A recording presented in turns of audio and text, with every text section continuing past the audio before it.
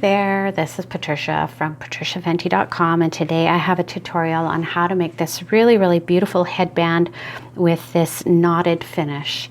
And this is a daisy stitch, and it is a very warm stitch because it's quite bulky. It's quite a full stitch, and super easy to make. A little bit tricky to figure out the calculations. I'll show you that a little later on. But yeah, it's a super fun project to make, so let's get started. So I'm using a number 4 medium weight acrylic yarn. You can use any yarn you like. You could go to a chunkier yarn if you like. With this weight yarn, you're going to need around 60 yards, depending on how big you make your band. And again, if you go to a heavier weight yarn, we're making a certain size piece of fabric. So it doesn't have to be this yarn. It can be whatever you like.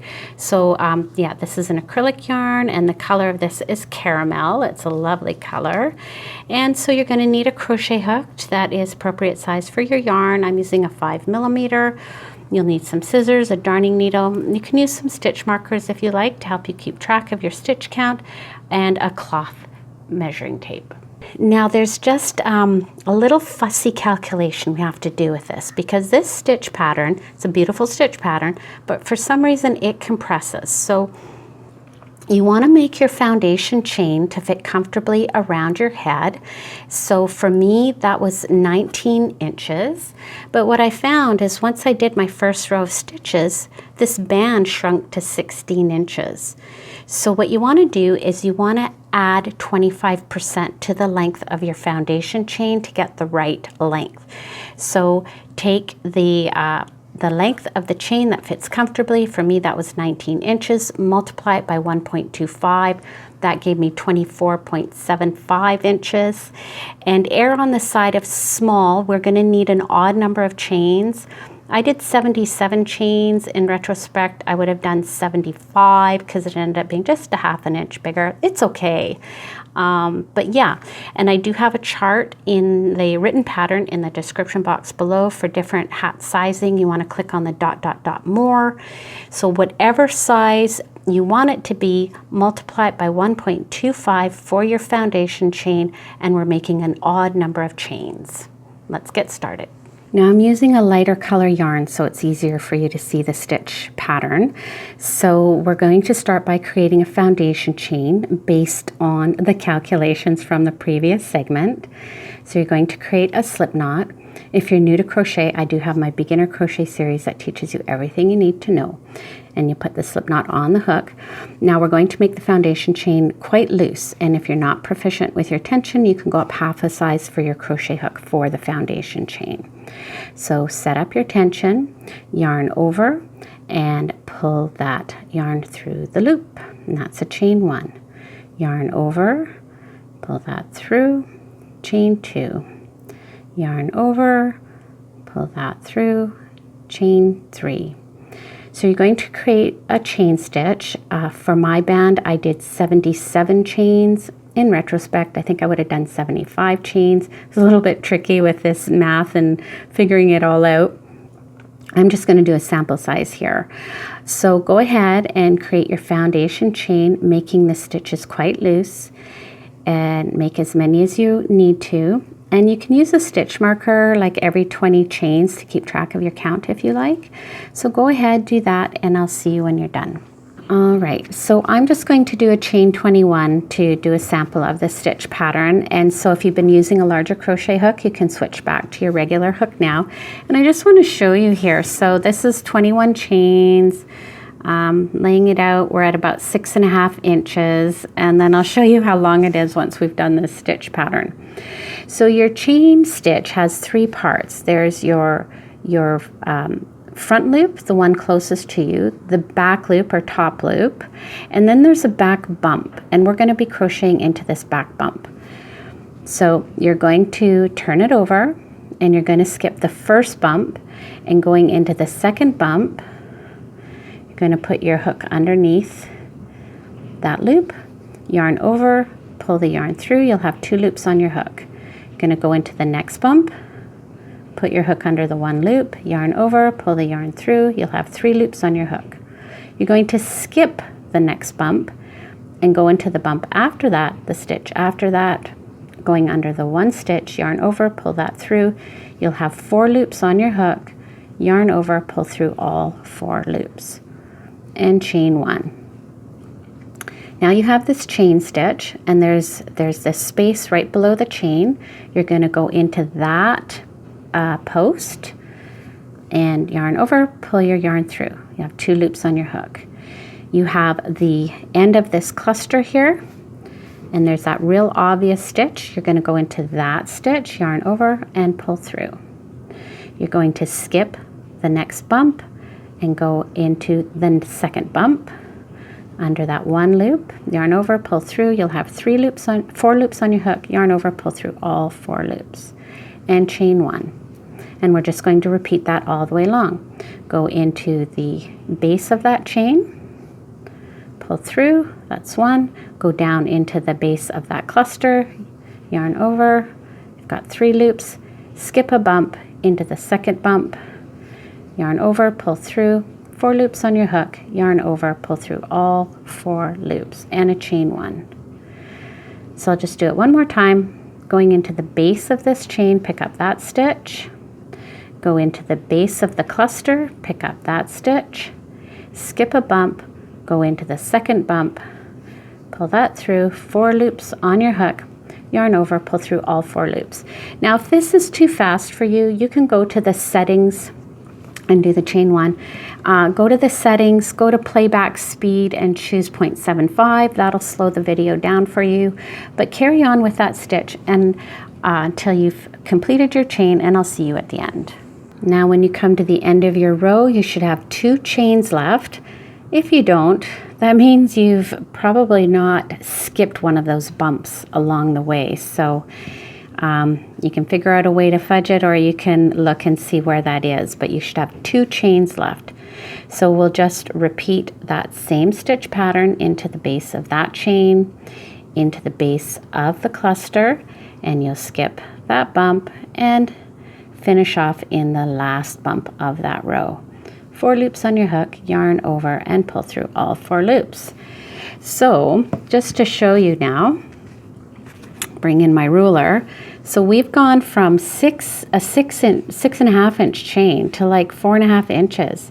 I don't get the physics of that, but anyways, that's why that special math is there to figure out how long to make your foundation chain. Multiply it by 1.25.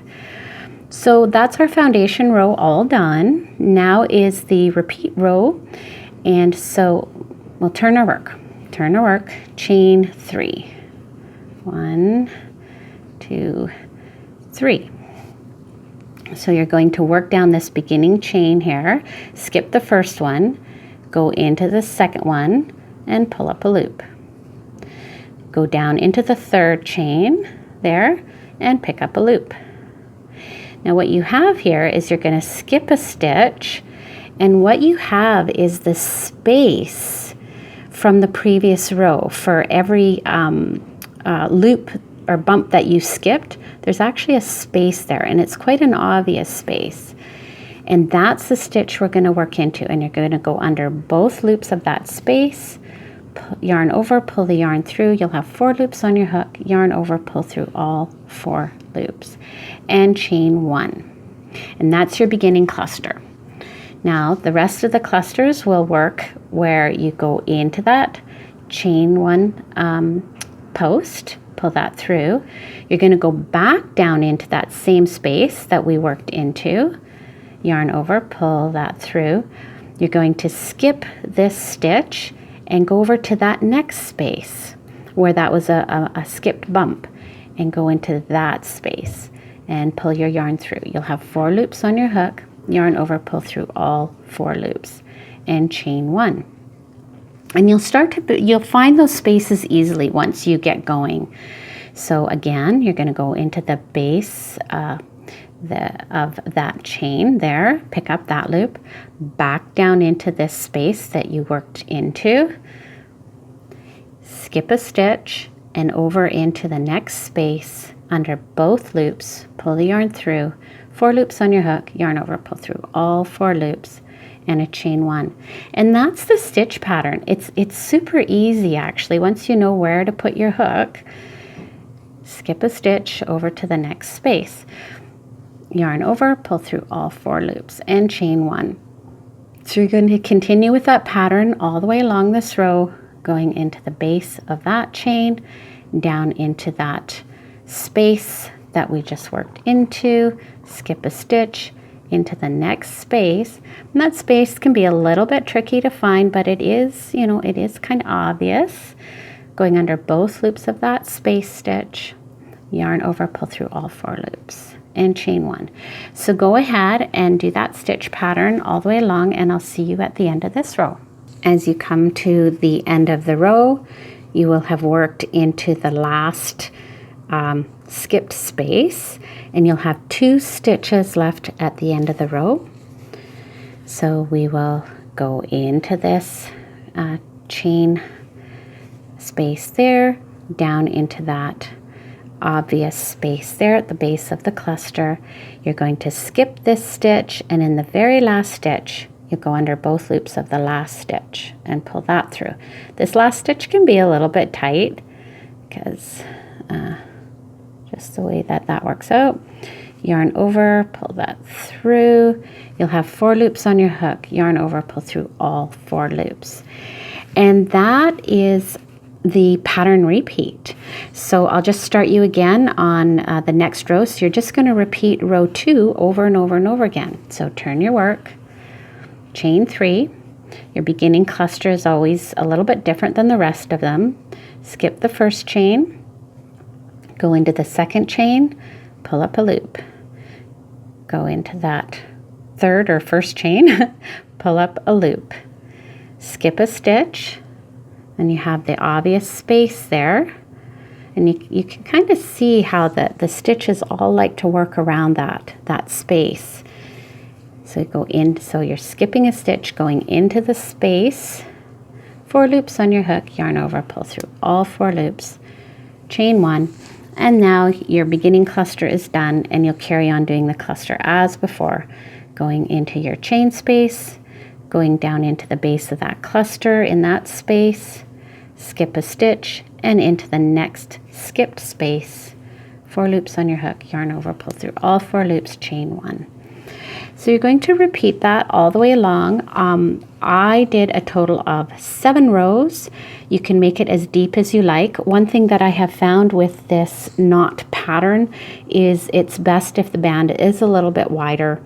So carry on, do as many rows as you like. As I say, I did 7, and then we'll come back and we'll sew it together to make the beautiful knot pattern. All right, so here I've done 7 rows all together, and I've done my chain 1 to snug up that cluster. Then we'll just do a chain 1 to fasten off, and you want to leave yourself a tail that's, I don't know, like 12 inches long or something like that, because we're going to sew the band together. And just pull that through and snug up that knot. And we're going to make the knot. So if you're doing a different stitch pattern, you want to bring the wrong sides together, or the right sides together. Yeah, you want to bring the right sides together. This pattern is reversible, so it doesn't matter. So what you're going to do is you're just going to bring the short ends together. Oh, here, I'm going to put let me put my needle on here. And bring your short ends together. Sit down here. My head probably got in the camera. All right, short ends together. You're going to fold them in half like this. And then you want to bring these ends together so that each end goes halfway into the other end. And so you have basically everything here in thirds. So this is a third, this section is a third, and this section is a third. And you want to make that as even as possible. And then take your darning needle And what we're going to do is we're going to sew through this whole section here first. So I'm going to bring this needle in through the back of this knot here actually. And then go through this fabric here, this layer, and then pick up this layer here and this layer here. And pull the yarn through like that and snug that up. You can stitch this any way you like. You can go back and forth, or you can do it like a whip stitch. That's what I'm going to do. So I'm going to come back over to this side, and I'm going to bring the needle through all 4 layers, making sure to pick up all 4 layers, just a little bit to the left of that, and pull that through and snug that up, and just whip stitch all the way along, making sure to pick up all 4 layers of the fabric. It's really important.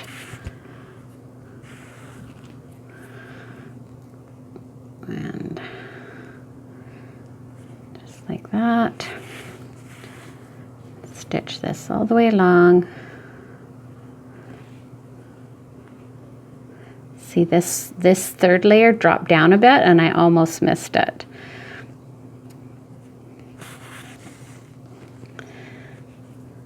And so that's that layer, this inner layer here, that one, and then the end of this one. And I'm just going to do one more stitch at the end of this just to kind of make that nice and snug. Then you're going to turn your work and just sort of lay this out. And these ends here are going to just fold naturally towards each other. And you want to lay them out flat so that they're facing each other. I know this is a little bit hard to see with this yarn color, but when you're laying yours out, you'll see that. So here we've got this edge and this edge, and we're going to sew these together. So bring the yarn up through the end here, and then just come around to this side, and you're just going to again whip stitch, or you can stitch back and forth. It's totally up to you, but just stitch these 2 short ends together. And this is why making a wider band, like I don't know if you've ever seen these done. If the band is narrow, the knot looks kind of wimpy, you know, like the knot doesn't really take a nice shape.